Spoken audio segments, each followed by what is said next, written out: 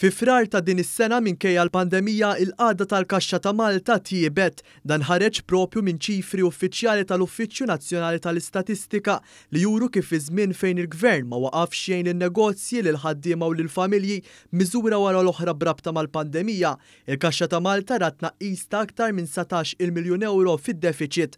Dan kollu jwaqqa l-argument tal-Oppożizzjoni Nazzjonalista li qalet kif bħalissa il-Gvern qed iberba' il-flus, dan hekk kif il-waqt li fi frar tas-sena l-oħra eżatt qabel faqet il-pandemija, Malta kellha deficit ta' 22 miljun u 500 elf euro. Fi frar ta' din is-sena id-deficit naqas għal 3 miljun u 300 elf euro. Anke meta wieħed iħares l-aħħar xahar ta' frar tal-2013 taħt amministrazzjoni preċedenti dakinhar kien hemm deficit ta' 45 miljun u 800 elf euro.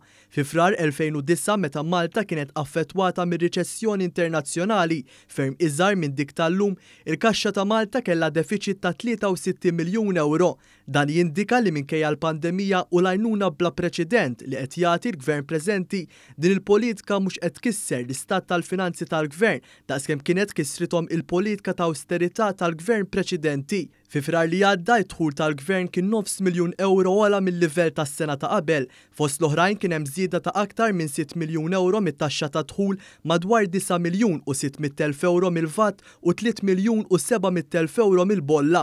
Dan jindika kemm id-dħul tal-ħaddiema qed jibqa' jkun protett mill-effetti negattivi tal-pandemija, kif ukoll li diversi kumpaniji issa qed jibdew iħallsu taxxi differiti mis-sena li għaddiet. Fejn tidħol l-ispiża l-Gvern fl-ewwel xahrejn tas-sena ġanefa 84 miljun euro jew 18 miljun euro aktar milli fl-istess perjodu fl-2020 meta kienet għadha ma bdietx il-pandemija. Da minn barra żieda fl-ispiża rikorrenti ta' aktar minn 200 miljun euro minħabba skemi bħal Covid Wage Supplement u spiża ferm akbar ta' 71 miljun euro fil-qasam tas-saħħa.